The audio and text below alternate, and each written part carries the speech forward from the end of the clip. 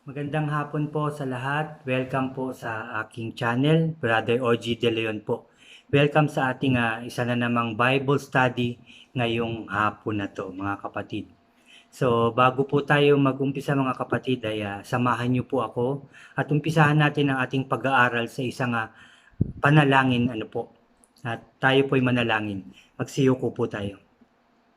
Yes, Lord, Father God in heaven, Lord, maraming salamat Lord sa pagkakataon na naman na ibinigay mo sa amin upang makarinig, makapag-aral Lord ng inyong mga salita, Father God. Salamat Lord sa iyong mga salita na bigay mo sa amin upang kami bigyang buhay, patatagin O God sa aming mga buhay O God. Sa iyong mga salita na nagbibigay pag-asa, karunungan, kaalaman at katalinuhan sa amin lahat Lord, sa iyong mga salita na nagpapatatag sa aming mga buhay at pananampalataya namin para sa inyo, Father God. Salamat po, Lord. Salamat, Jesus. Salamat, Holy Spirit, O God, sa iyong mga salita na magbibigay kaluwagan sa aming mga buhay, puso't isipan, Father God, at ng katagumpayan, O God. Magbibigay katagumpayan sa amin lahat, O God.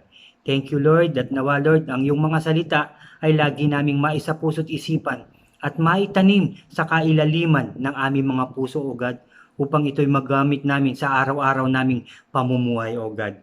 Thank you, Father God in heaven, O God, at lagi niyo po akong bigyan, Lord, ng lakas ng loob, talino at sipag, Lord, sa aking pagsishare, paghahayag po ng inyong mga salita, ng iyong mga salita lamang ang lumabas po sa aking bibig, O God. Salamat po, Lord. Salamat, Jesus. Salamat, Holy Spirit, O God. Pinupuri ka namin, pinasasalamatan, sinasamba at dinadakila, O Diyos, sa tanging pangalan na aming Panginoong Hesukristo, na aming tagapagligtas. Ang lahat po ay magsabi ng Amen and Amen. Amen. So, yun nga po, nandito na naman po tayo, mag-aaral na naman tayo ng salita ng ating Diyos. Pero bago po ang lahat, inaanyayahan ko lang na yung mga bago po sa aking channel na mag-subscribe po kayo. At i-like nyo po yung ating mga videos at huwag nyo pong kalimutan i-click din yung notification bell para po updated po kayo sa mga videos ko pang i-upload po. Salamat po. So, ang ating babasahin at ating pag-aaralan ngayon ay itong Jeremiah, Jeremiah chapter 25 verse 2 hanggang 7 po, hanggang 7. So, ito po na naman ay patungkol sa Juda, sa Israel, Jerusalem, Babylonia, Ito po na naman yung paghahayag ng mga salita ng Diyos, yung mga inuutos ng ating Diyos kay Jeremiah, hinahayag niya sa mga tao, At yun nga po, kung saan saan siya pinapapunta ng ating Diyos para maghayag ng salita ng Diyos, ng pinasasabi ng Diyos, Siguro po yung iba nagtataka bakit nasa Jeremiah na naman si Brother OG. Kasi po ito pong aking sinishare sa inyo, ito yung aking devotion every day, Kasi nga po, nasabi ko na rin to dati, nag-start po ako noong January sa Genesis. Tuloy-tuloy po yan. May guide po, Genesis hanggang sa umabot nga po ako dito sa Jeremiah. Tapos po, pagtapos ng Jeremiah, susunod nandyan po yung Lamentation, Ezekiel, Daniel, Hosea, Joel, Amos, Obadiah, sunod-sunod na po yan hanggang sa mapunta na po sa Matthew, Mark, Luke, John, yung bagong tipan na po ang ating pag-aaralan sa mga susunod na linggo, pero yun nga po, nag-start po ako ng January, so ngayon ay August, so nasa Jeremiah pa po ako. Tuloy-tuloy pa po ito. Tingnan ko lang po yung aking So, Jeremiah po hanggang babasahin hanggang August 21 po ang Jeremiah. Tapos yung Lamentation na po, August 22, Saturday po siya. Yun naman ang aking babasahin, So, sinishare ko lang po yung aking mga nababasa, napapag-aralan dito sa salita ng ating Diyos, dito sa Biblia, So, eto nga po, dito po tayo ngayon sa Jeremiah chapter 25 verse 2 hanggang 7 po. Ano? Kasi po may sinabi po dito. Sabi po dito sa verse 2, ganito ang sinabi ni Propeta Jeremiah sa lahat ng mga taga-Juda at mga naninirahan sa Jerusalem. Ano po? Sabi po niya, ulitin ko lang, ganito ang sinabi ni Propeta Jeremiah sa lahat ng mga taga-Juda at mga naninirahan sa Jerusalem. Sa loob ng 23 taon, mula pa noong ika-13 taon ng paghahari sa Juda ni Josias, sabi po, na anak ni Amon, hanggang ngayon, sabi niya, patuloy kong sinasabi sa inyo ang mga pinahayag ni Yahweh, no? So napakatagal na po, no, ng marami na po talaga naghayag simula pa kay Moses, ano po, naghayag na siya ng mga pinasasabi ng ating Diyos. Yung una, yung pag-alis ng mga Israeli sa Egypt, ano po, ginabayan sila ng Diyos sa pamamagitan ni Moses, ano po, ginabayan sila. At ang maraming kamanghamanghang ginawa ang ating Panginoon doon, no? Ang ating Diyos na ginawa, no? Marami. Ano po, marami siyang binigay sa mga tao. Pero sa kabila ng pag-alis ng Diyos sa mga tao sa Egypt sa kahirapan, ano, pero marami pa rin ang taong nagrereklamo. Bakit ganyan? Bakit ganito? Bakit ito lang? Ano po? So gumagawa pa rin ng himala ang ating Diyos. Nagbibigay pa rin sa kanila ng pagkain, nililigtas sila, nilulukuban sila ng protection, ilaw sa gabi, ano po. At maraming pagkain na binigay sa kanila. Ano po? Pero ang mga tao pa rin ay nagrereklamo. Ano po? Hindi talaga sa atin mawala yung reklamo. Ano po? Biniyayaan ka na, binigyan ka na, may blessings ka na. Kung minsan, ano po, nagrereklamo pa tayo. Kulang, bakit ito lang? Ano po? So, ganun din po itong ating binabasa. Patuloy na marami naghahayag ng mga propeta na talagang salita ng Diyos o utos ng Diyos yung kanilang mga ginagawa. Pero mga tao, hindi pa rin naniniwala sa mga pinakita na, ginawa na, sinabi na ng Diyos. Pero may mga tao pa rin na hindi naniniwala. Kahit naman po ngayon, ano po, marami pa rin hindi naniniwala sa mga pinahayag ng ibang tao, lalo na itong salita ng ating Diyos, ano. Sabi pa po dito, verse 3, ano po, sa loob na, yun nga po, no, sa loob ng 23 taon, 23 years, mula pa noong ika-13 taon na paghahari sa Juda ni Josias na anak ni Amon, hanggang ngayon, patuloy kong sinasabi sa inyo ang mga ipinahayag ni Yahweh. Subalit, ayaw ninyong pakinggan. Sabi niya, ayaw ninyong pakinggan. Hindi nyo pinapansin o pinakikinggan ang mga propetang sinugo niya. No, 'di ba? Yun nga po, no, patuloy na nagbibigay ang Diyos ng propeta para magsabi sa kanila na ganito ang gawin nyo, ganito ang gawin nyo, ito ang aking pinag-uutos, ito ang pinapasabi ng ating Yahweh, na ating Diyos, ano. Pero yun nga po, patuloy na hindi daw po nakikinig ang mga tao, sabi dito. Ulitin ko lang po, sabi dito, sa loob ng 23 taon, mula nung ika-13 taon na paghahari sa Juda ni Josias na anak ni Amon, hanggang ngayon, patuloy kong sinasabi sa inyo ang mga pinahayag ni Yahweh. Subalit, ayaw ninyong pakinggan. Verse 4, hindi ninyo pinapansin o pinakikinggan ang mga propetang sinugo niya. Verse 5, sinabi nila na talikuran na ninyo ang masama ninyong pamumuhay at likong gawain. Kalimutan na yung masasamang gawain, ano po? Masama ninyong pamumuhay at likong gawain. Upang sa gayoy manatili kayo habang panahon sa lupaing ibinigay sa inyo ni Yahweh at sa inyong mga magulang. Ano po? Patuloy na ibig sabihin pagtalikod sa mga pinasasabi ng Diyos, sa mga katuruan ng ating Diyos, patuloy silang tumatalikod. Patuloy na masama yung ginagawa. Ano po? Liko. Ano po yung dinadaanan, hindi diretso patungo sa kautusan ng Diyos, sa mga sinasabi ng Diyos, kundi dumiretsong konti, lumiko na naman ng mahaba. Dumiretso ng konti, lumiko na naman ng pagkahaba-haba. Ganun po ang mga ginagawa ng mga tao noon, ayon dito sa kwento dito sa salita ng ating Diyos, lumiliko. Pag nagkaroon ng konting suliranin, pangangailangan, didiretso ng konti. Pag ibinigay, liko ng mahaba. Ganun po ang mga tao noon. Hindi lang siguro noon, kahit hanggang ngayon, May mga salita ng Diyos tayong naririnig, nalalaman, napapag-aralan, napapanood, nadidinig, palagi, Pero, pasok dito, labas po dun.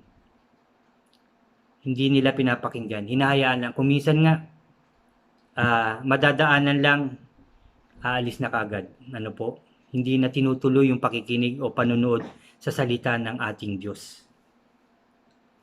Sabi po dito, verse 6, sinabi nilang huwag kayong sasamba at maglilingkod sa mga Diyos-Diyosan. Huwag ninyong pag-alabin. Sabi dito, huwag niyong pag-aalabin ang puot ni Yahweh dahil sa pagsamba ninyo sa mga Diyos-Diyosan.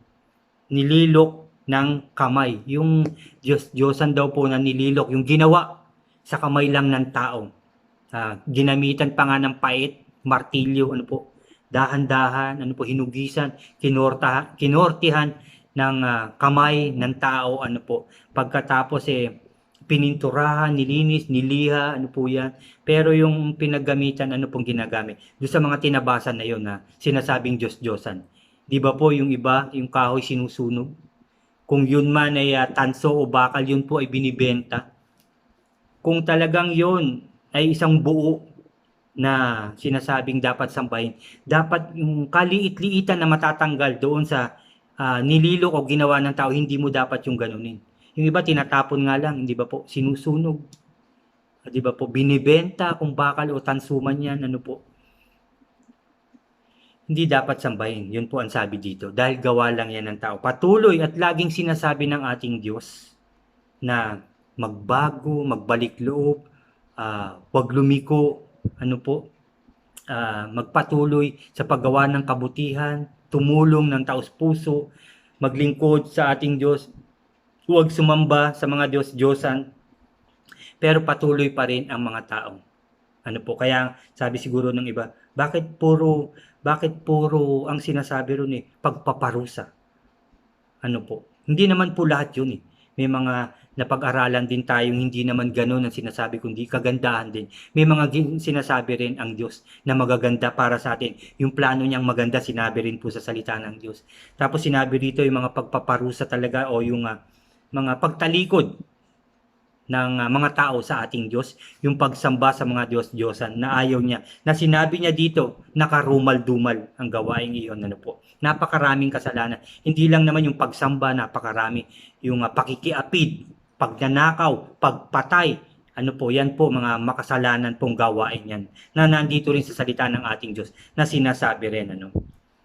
Ulitin ko lang po sa 6, sinabi nilang huwag kayong sasamba at maglilingkod sa mga Diyos-Diyosan. Huwag ninyong pag-aalabin ang puot ni Yahweh. Huwag niyo siyang gagalitin. Si Yahweh, dahil sa pagsamba ninyo sa mga Diyos-Diyosan, nililok ng kamay. Kung sumunod lamang kayo sa Kanya, sana hindi niya kayo pinarusahan. Sa Biblia po yun, Hindi po sa akin lang na sinabi ko ito. Hindi po sa akin galing, kundi sa salita ng ating Diyos. Kung sumunod lamang kayo sa Kanya, sana'y hindi niya kayo pinarusahan. Sinabi po yun. Kung sumunod lamang daw tayong lahat, o noon hanggang ngayon ang mga tao, hindi sana pinarusahan, ano po. Pero patuloy pa rin sa paggawa ng kasalanan, patuloy pa rin sa pagnanakaw, sa pagpatay, sa pagtalikod sa ating Diyos, sa kasinungalingan, sa pandaraya, nagpapatuloy pa rin ang ibang tao, ano po. Kaya po, sabi dito, 7, ngunit hindi kayo nakinig kay Yahweh, ginalit ninyo siya dahil sinamba ninyo ang mga Diyos-Diyosang inyong ginawa. Kaya naman, naganap sa inyo ang kapahamakang ito. Ano po? Dahil sa ginawa nga daw po dito, sabi dito, at maraming nangyari, ano po, na ginawa ang ating Diyos. Pinalukob sila, ginapi sila ng mga kalaban, kinuha sila, kinulong sila, ano po, yun po ang mga nangyari dito. Kaya daw nangyari yun dahil sa pagtalikod nila sa ating Diyos. Yun po ang nangyari. Ngayon po, sa nangyayari din sa ating buhay. No, hindi natin ito dapat isisi sa ating Diyos. Nakita nyo naman, nababasa po natin, napapakinggan po natin. Dahil, sinabi, dahil sa inyong ginawa, dahil sa inyong pagtalikod sa akin, dahil sa inyong pagsuway, ano po, tayo po yun tayo may kasalanan, hindi ang ating Diyos.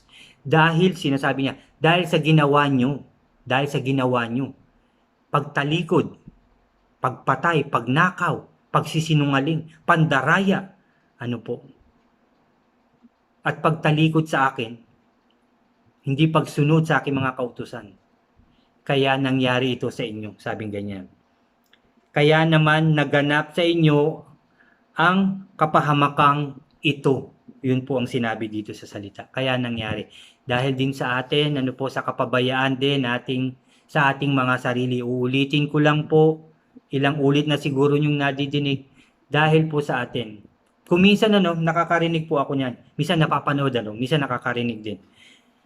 Bakit kaya binigay sa akin to ni Lord? Sabi nila. Bakit kaya ako binigyan ni Lord ng karamdaman? Bakit kaya ni Lord ako pinaghirap? Bakit kaya ako pinanganak ng mahirap?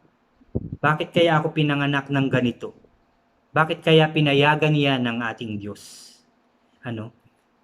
Pero kung titignan niyo po yan, talagang iisipin nyo, titignan nyo ang inyong pamilya, kung ano ba nangyari, ano bang ginawa. Hindi nyo masisisi hindi nyo dapat sisihin ang ating Diyos. Hindi nyo siya masisisi kasi bakit mahirap ang mga tao? Tignan nyo kung anong ginawa ng ating mga ninuno magulang. Ano po? Kung makikita nyo na nagsipag naman sila, maganda ang buhay, pero pagdating sa'yo, nag-iba. Bakit kaya? Anong bang ginawa mo? Hindi ba po? Yan mga kaibigan. Ano bang ginawa mo? Nagsipag ka rin ba kagaya nila? Diba po? Yun po ang tanong mo sa sarili mo, hindi sa Diyos. Nagsipag ka rin ba kagaya nila? Gumawa ka rin ba ng kabutihan? Tumulong ka rin ba ng taos puso at kaluluwa? Diba? Sumampalataya ka ba sa ating Diyos? Nagtiwala ka ba sa ating Diyos? Lumapit ka ba sa ating Diyos? Humingi ka ba ng tulong sa ating Diyos? Yan ang maraming katanungan. Pag nasagot mong lahat yan, saka mo na malalaman kung bakit nagkaganon ka. Nakita mo na medyo talagang kinakapos-kapos, gawa ng paraan. Mag-pray sa ating Diyos, humingi ng gabay, protection. Dahil pag nakita niya yung puso na maayos talaga, na buo, totoo, tutulungan ka niya. Habang tinutulungan mo yung sarili, tutulungan ka rin niya. Ganun po yun. Kaya hindi porke binasa bakit puro parusa, puro ganito nangyari. Tignan niyo po ang ginawa nila. Kaya po nandito yan. Pero kung maganda ba ang ginawa ng tao noon hanggang ngayon, sa tingin niyo ba may mababasa tayong pinarusahan? Wala. Dahil kung magpapatuloy tayo noon na hindi nagkasala ang ating mga ninuno, hindi naman tayo ganito. Siguro maganda ang ating buhay. Lahat tayo pinagpala, dahil wala tayong kasalanang nagawa. Pero dahil sa mga nagawang kasalanan noon hanggang ngayon, na patuloy na nagkakamali, patuloy na gumagawa ng kasalanan, yan po ang nangyayari sa atin. Ulitin ko lang, kaya naman naganap sa inyo ang kapahamakang ito. dahil po sa ating sarili. Kaya tayo nagkasakit, pinabayaan din natin ang ating sarili. Di ba po? Kaya pumayat ng gusto, pinabayaan ang sarili. Kaya tumaba ng gusto, pinabayaan din po ang sarili.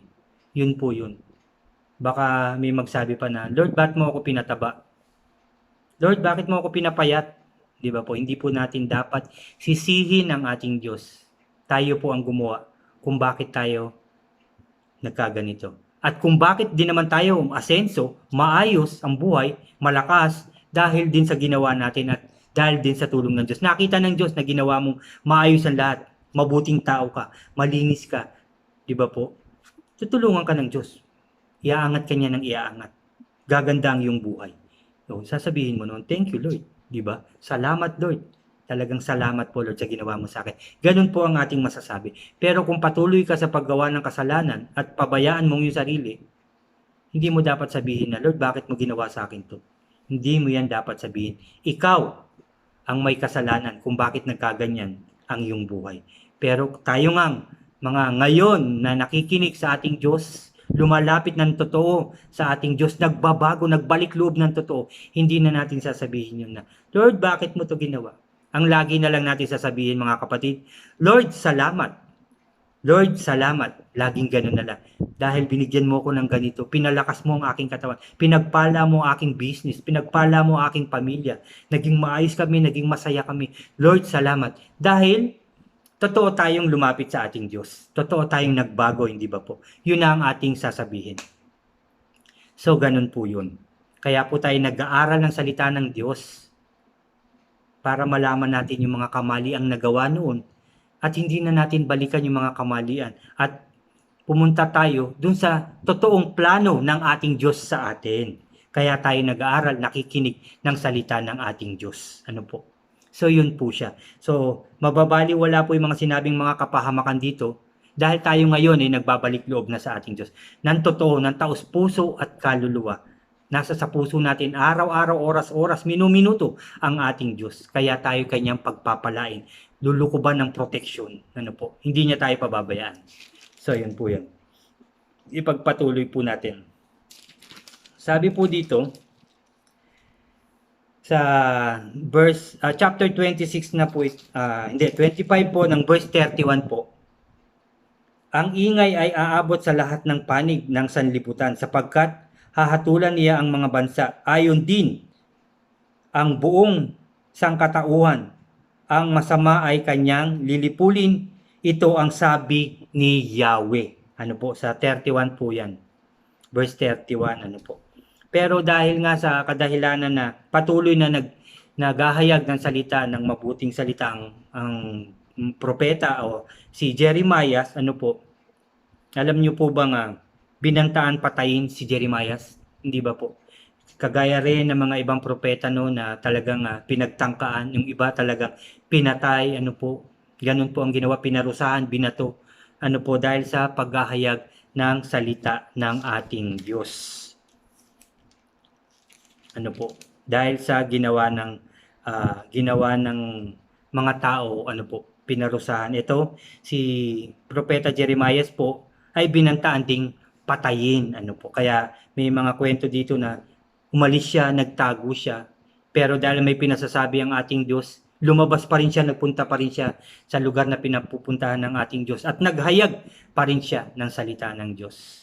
Kahit patayin siya, hindi siya natatakot. Ano po? Kasi sabi niya, sige, mapapatay niyo ako. Pero pinatay niyo ang isang taong walang kasalanan, kundi ihayag lamang ang pinasasabi ng ating Diyos. Sila ang mananagot, di ba po? So yun po yun. Sabi nga, di ba? Sabi nga ng ating Diyos sa Matthew 10:22, kung inyong natatandaan, sabi po dito. Sabi po dito, Matthew chapter 10 verse 22, sabi po dito, everyone will hate you because of me, but whoever holds out to the end will be saved, sabi niya. Di ba po kasi habang ikaw ay naghahayag ng salita ng ating Diyos, sinabi po yan na maraming kukutya sa iyo, maraming lalait sa iyo. Sasabihin pa ng ibang tao Kala mo naman kung sinong mabait. Kala mo naman kung sinong marunong. Pero ang ginagawa mo lang naman ay i-share ang salita ng ating Diyos. Ano po, wala ka namang ibang hangad na masama, kundi i-share din sa kanila ang salita ng ating Diyos para din sila ay makabahagi sa pagpapalang binibigay ng ating Diyos sa ating mga totoong naghahayag ng salita, sa mga taong totoong nagbalik loob sa ating Diyos dahil pagpapalain talaga tayo. Hindi niya tayo pababayaan. Protektado tayo ng ating Diyos. Kaya yun ay hinahayag lamang natin sa ating mga mahal sa buhay, sa ating mga kaibigan, sa ating mga kasama, mga kasamahan, kahit sa trabaho, kahit saan man, kaibigan, kapitbahay, lalo-lalo na sa ating mga mahal sa buhay, So, yun lamang naman ang ating ginagawa. Pero yun nga po, yung iba kaiinisan ka pa. Yung iba pa nga, masasabi pa sa'yo na, wag ako, sa iba na lang. Ay, ayoko muna tumanggap niyan. Wag muna ako, Bible study. Saka na lang ako. May mga ganyan pong mga tao. Pero yun nga, may mga kwento din na sa isang tahanan daw, nag-Bible study, may mga nakikinig na anak at nanay, pero ang tatay ayaw. Pero dumarating din ang time na hinihipo din yan ng ating Diyos, kanyang puso. At bigla na lang nagsalita ang tatay na, next week, sasali ako sa inyong Bible study. Amen. Yun ang napakaganda, di ba po? Dahil kung talagang patuloy tayong naglilingkod sa ating Diyos, buong puso yung ating paghahayag ng salita ng ating Diyos, pag-share, at yung mga nakikinig, buong puso rin, pati yung mga hindi nakikinig, hihipuin yan ng ating Diyos, babaguhin din yan, hanggang sa isang araw, kasama na natin sila sa ating Bible study. Susunod, kasama na siya sa church, magpupuri na siya, nakataas ang kamay, aawitan ng ating Diyos, dahan-dahan po yan, hindi po natin sila mabibiglaan po. Ulitin ko lang, yun nga po, na yun nga daw po sa chapter 10, ng Matthew, verse 22, dito po sa Tagalog. Sabi po dito, kapopuotan kayo ng lahat dahil sa pagsunod sa akin. Ngunit, ang mananatiling tapat hanggang sa wakas ay siyang maliligtas. Napakaganda po. Pakinggan niyo po, isa pa po. Mateo, verse 10, chapter 22 po. Kapag inusig kayo, 23 na pala yan. Ito po pala. 22, ulitin ko lang. Pakinggan nyo po. Kapopuotan kayo ng lahat dahil sa pagsunod sa akin. Ngunit, ang mananatiling tapat hanggang sa wakas ay siyang maliligtas. Amen and amen. Napakagandang pangako, hindi ba po? Isa na naman pangako yung ating narinig ngayon. At sabi po dito sa lastly, sabi po dito sa Jeremiah chapter 26 verse 13, kaya nga magbago kayo ng inyong pamumuhay at mga gawa, ulitin ko lang, kaya nga magbago kayo ng inyong pamumuhay at mga gawain at sundin ninyo ang utos ni Yahweh na inyong Diyos. Sa gayon, magbabago siya ng isip at hindi na itutuloy ang parusang inilaan laban sa iyo. Jeremiah 26 verse 13 po yun. Ulitin ko lang. Kaya nga magbago kayo ng inyong pamumuhay at mga gawain. Magbago ng pamumuhay at mga gawain. At sundin ninyo ang utos ni Yahweh na inyong Diyos. Sundin daw po natin. Sa gayon, magbabago siya ng isip at hindi na itutuloy ang parusang inilaan laban sa iyo. Laban sa atin. Kung tayo po ay magbabago, kagaya ng ginagawa natin ngayon, magbabalik loob, magiging maayos ang lahat. Sa gayon, magbabago siya ng isip at hindi itutuloy ang parusang inilaan laban sa inyo. Sabi niya gano'n, magbabago ang ating Diyos. Diba po? Dahil yung iba patuloy sa kasalanan, may nakalaan na kaparusahan.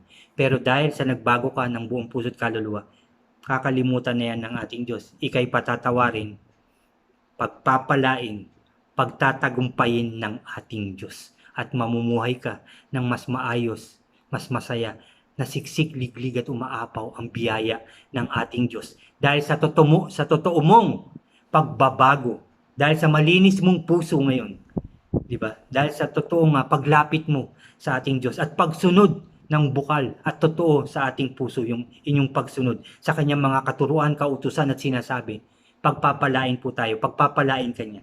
Pagagalingin ka niya, anumang karamdaman mo, pagpapalain ka niya, ibibless ka niya ng sobra-sobra. Ang iyong business palalaguin niya, iaangat ka niya, magiging malakas ang iyong katawan, ang aura talagang napakaganda, nagniningning sa liwanag, dahil nasa sayo ang Diyos at pinagpala ka ng ating Diyos. Ganon po tayong mga totoong nagbalik loob, naglilingkod ng totoo sa ating Diyos. Ganun po ang mangyayari sa atin. Pagpapalain ng ating Diyos na makapangyarihan sa lahat. Amen and Amen. Maraming salamat po sa pakikinig nyo na naman sa ating Bible study ngayong hapon na to. Magandang hapon pong muli sa lahat. At mabuhay po tayong lahat. Ulitin ko lang, mag-subscribe po yung mga bago, i-like niyo po yung ating mga videos, yung notification bell po, i-click niyo rin po para updated po kayo sa mga ibang videos ko pang i-uploadan po. Maraming pong salamat sa inyo, aking mga kapatid. Tayo'y pinagpala na ng ating Diyos. Magiging malakas na tayo, tagumpay, walang karamdaman, Mas maganda yung ating magiging aura, yung paglabas mo ng bahay, talagang maganda ka. Nagniningning ka sa liwanag dahil kasama natin ang ating Diyos. Sa mga kapatid, tayo po ay mananalangin uli. Samahan niyo po ako. Lumagay po tayo sa kaayusan. Yung ating isipan, wala na tayong suliranin. Maayos na lahat. In Jesus' name, Ating puso, maayos na. Ilagay natin sa kaayusan ng lahat. Tayo dudulog sa ating Diyos. Magsiyuko po tayo mga kapatid. Yes, Lord, Father God in heaven, O Lord God, salamat Father God, dahil nagtagumpay ang aming gawain ngayon, Lord. Salamat, Lord, salamat, Lord. Salamat, Jesus, salamat, Holy Spirit. Sa iyong mga salitang aming napag-aralan, aming narinig, na naman ngayong hapon na to, Lord. Salamat. Binago niyo na naman po ang aming mga puso't isipan, O God. Talaga pong pinagtibay niyo po ang aming pananampalataya sa inyo. Salamat sa iyong mga pangako, Lord. Salamat talaga, Lord. Salamat, Lord. Salamat, Jesus. Salamat, Holy Spirit, O God. Salamat po sa iyong kabutihan at pagmamahal sa lahat ng tao. Hindi lang sa aking pamilya, kundi sa lahat, Lord, ng kapatid namin sa pananampalataya, aming mga mahal sa buhay, Lord. Ganon din ang aming mga presidente, Lord, sa bawat bansa. O God, salamat sa iyo paggabay din sa kanila, sa kanilang mga mahal sa buhay at mga kasamahan sa pamahalaan, O God. At pagtagumpayin mo rin sila. Ang lahat ng mayors na totoong may takot at naglilingkod sa inyo, Father God. Pati ng kanilang mga kasamahan, O God. Pamilya, O God. Ganon din ang mga scientists na gumagawa, nag-iisip ng gamot, Lord, sa inyong tulong, O God. Ganon din ang mga doktor at nurse na totoong naglilingkod, Lord. Mga sundalo at police, Father God, barangay captain, O God. Lahat po, Lord. Frontliners, Father God. I-bless mo rin po sila.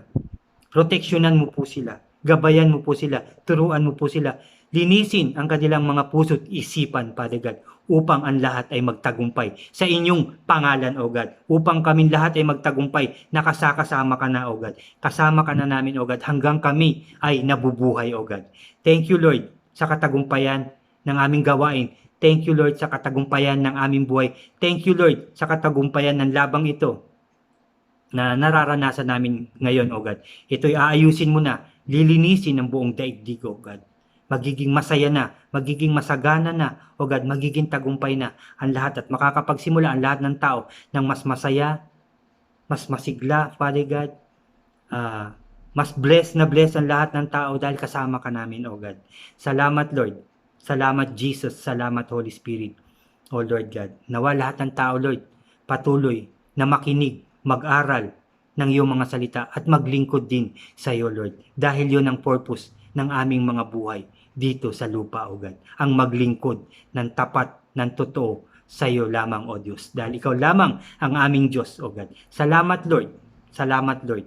sa iyong planong maganda sa aming buhay, O God. Salamat, Jesus, sa iyong buhay na ibinigay sa aming lahat, O God. Salamat, Holy Spirit, sa paggabay mo po sa amin, O God.